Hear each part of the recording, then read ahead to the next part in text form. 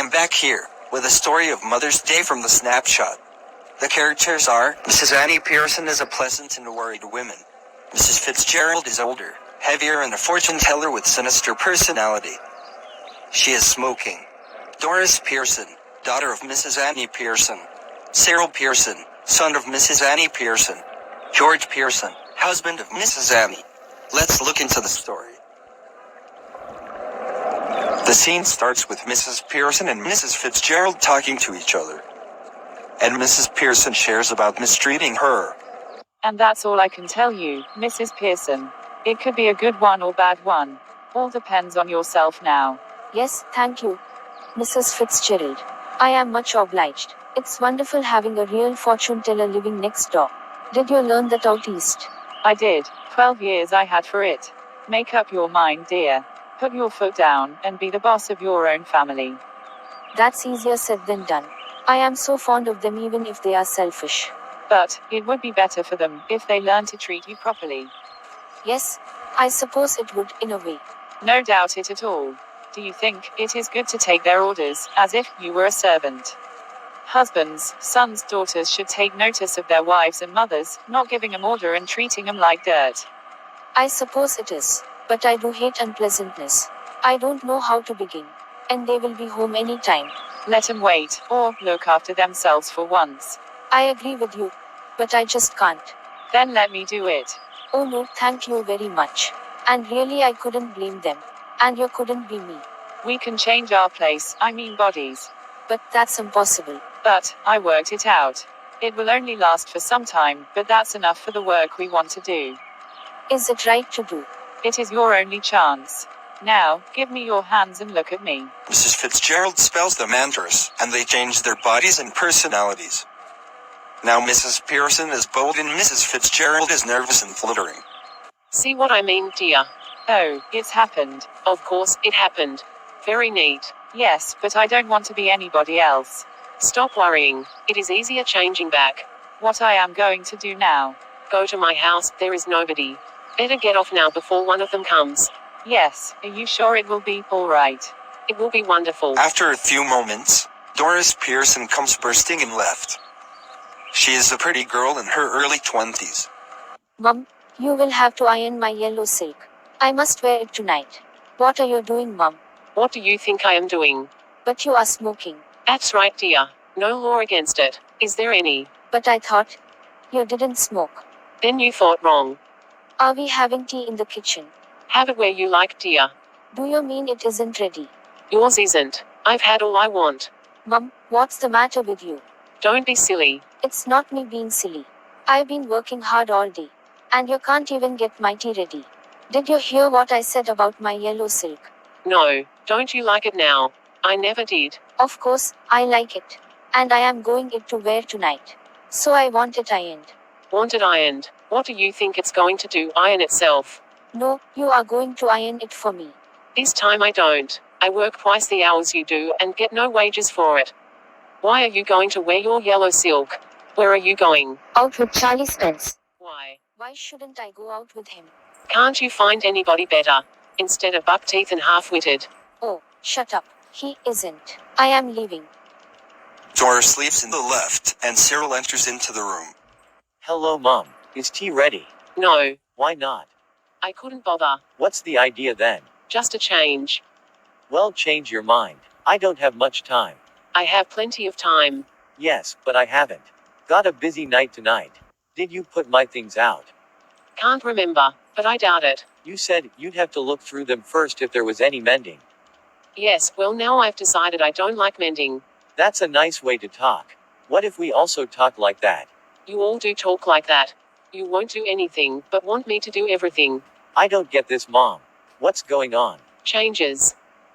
You look terrible. I wouldn't wear that face even for Charlie Spence. Stop talking about Charlie. Anyhow, I am not ready yet, just dressing. Why, what did she do? Never you mind. Have we any stout left? I can't remember. Bottle or two, I think.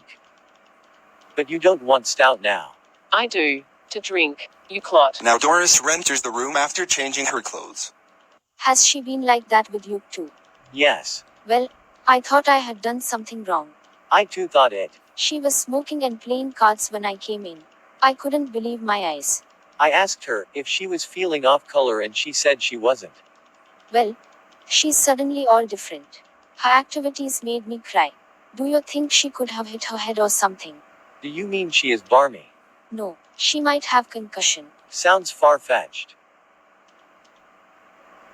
What is it? If she's going to be like this when Dad comes home. You two are always talking about being grown up. Why don't you both try for once to be your age? Can't we laugh now? Yes, if it is funny. Go on, tell me. Make me laugh. You never understand jokes, Mum. I was yawning at your jokes before you were born, Doris. What's making you to talk like this? What we have done? Nothing. If you won't get a tea ready, then I'll find something to eat myself. Why not? Help yourself. I have been working for all day. 8-hour day. Yes, 8-hour day, and don't forget it.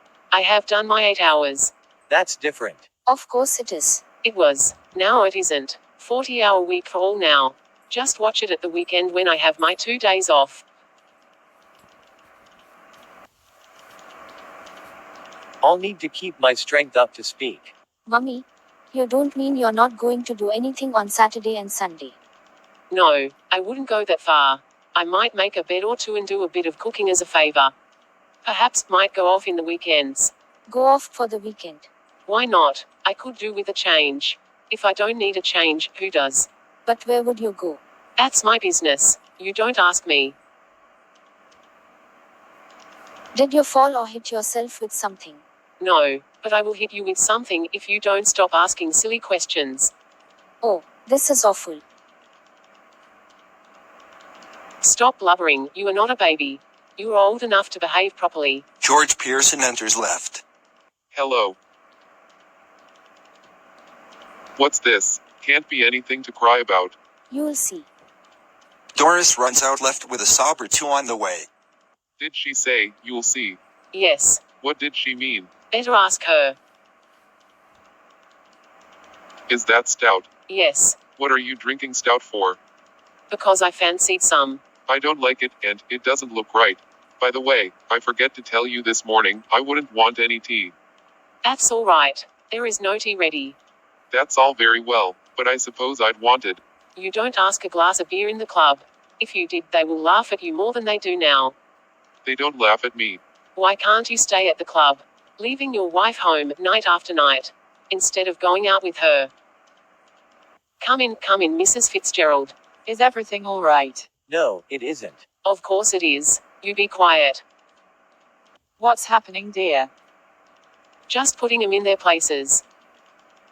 Mrs. Fitzgerald. Yes, George. Hello, Mrs. Fitzgerald. Hello, dear. I thought you were going out with Charlie Spence tonight. What's that to do with you? There is a huge argument taking place between Mrs. Pearson and others. Later, George, Cyril and Doris leaves the room. It is going out of limit. Let's return back to our original body. Why, but. No, I can't stand any more of it.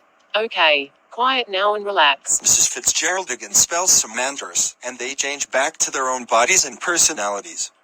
Ah well, I enjoyed it. But I didn't. Don't ask any sorry to them. Okay, I won't. But remember, keep firm, or you've had it. Hoi, you can come in now. I am just off, to let you enjoy yourself.